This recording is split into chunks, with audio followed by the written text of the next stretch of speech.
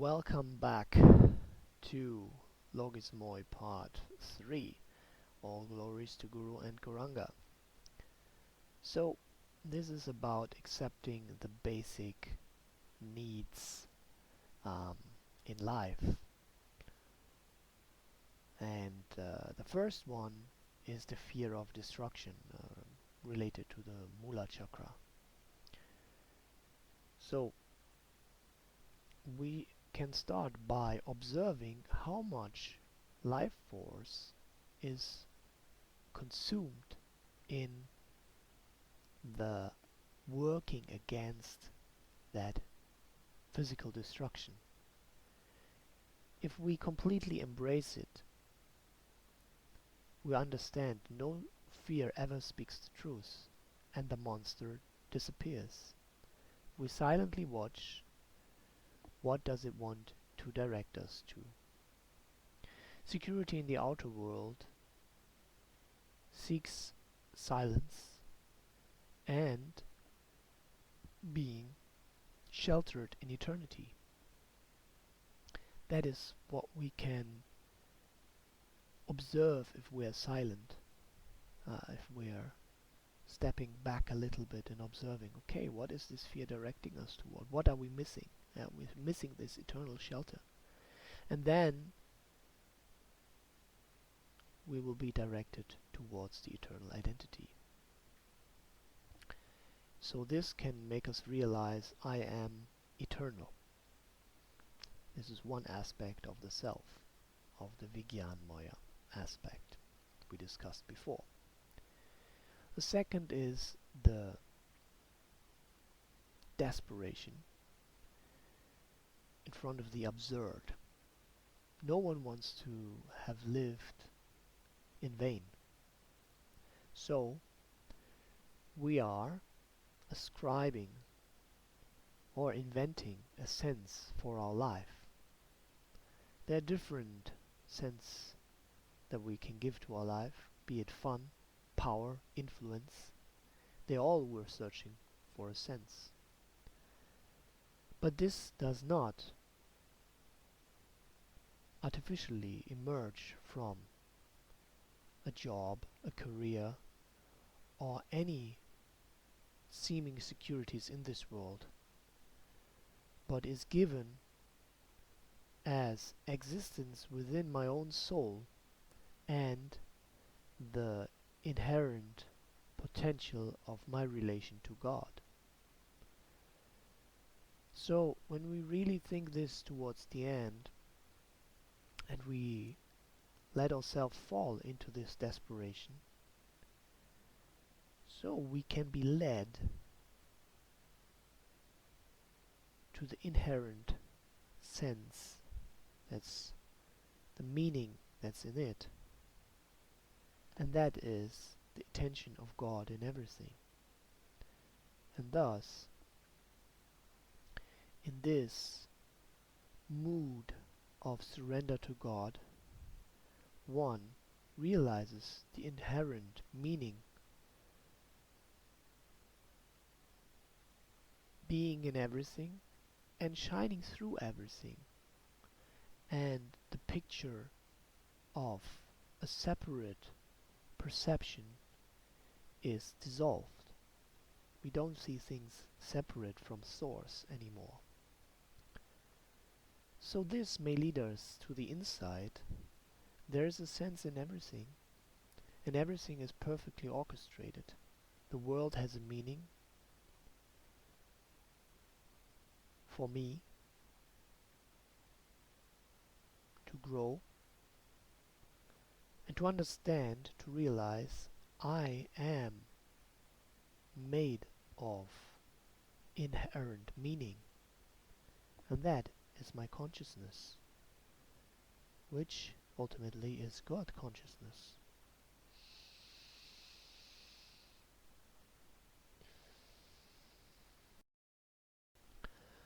The third aspect is the hopelessness of loneliness. So to avoid this, we are binding ourselves to humans in the hope that we will not be left, and it remains unfulfilled. And if we are thinking this towards the end, this will direct us, wants to direct us into the basic need that is behind it. Then we can begin to sense an indestructible joy and bliss which we are made of as a soul, and that is not depending on fun, pleasures and pains in this dimension. So this hopelessness in loneliness leads to the insight, I am inherently made of bliss or ananda.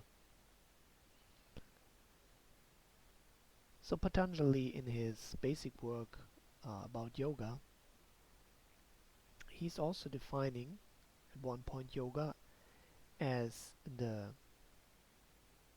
thinking towards the end of all the drives and needs, and that is the cessation and uprooting of all suffering. That is in the Sadhana Pada, the second Pada, and the 10th verse.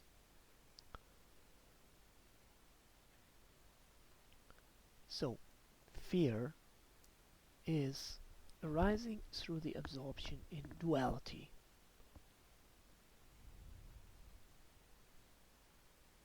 So Ronald Nixon has said, the Om being is gathering itself in silent adoration and prayer, and all else disappears, which is not you.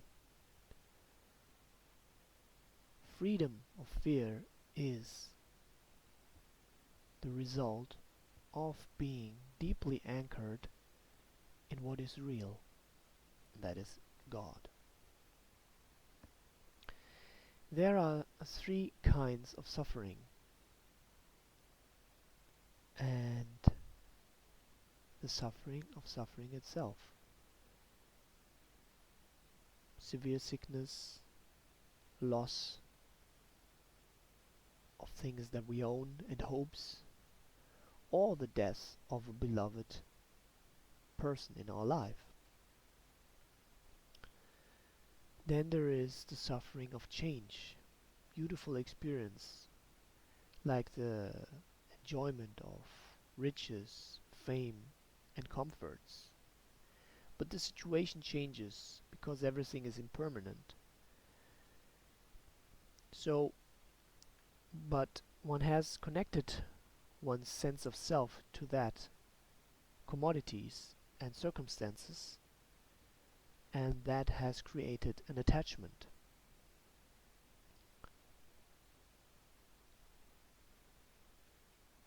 And from that, when that changes, suffering is born. Further, there is the sense of compassion that we may have towards others, but most of the time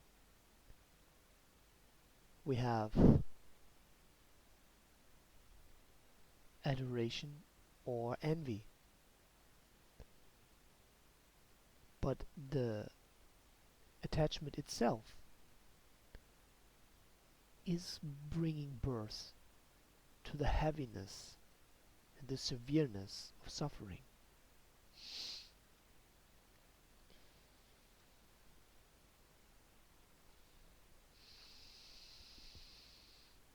Third, there is the suffering, the existential suffering. All life in a separation from reality, be it relatively pleasant or unpleasant, ultimately is suffering. Because one is experiencing the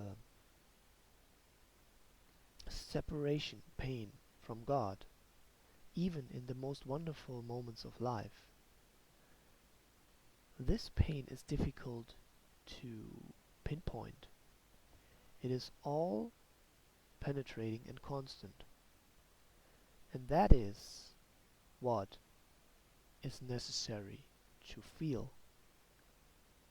And this will create a big, immense impulse to freedom.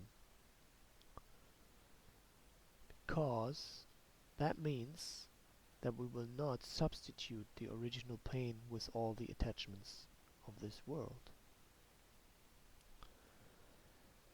And most of those theopracticants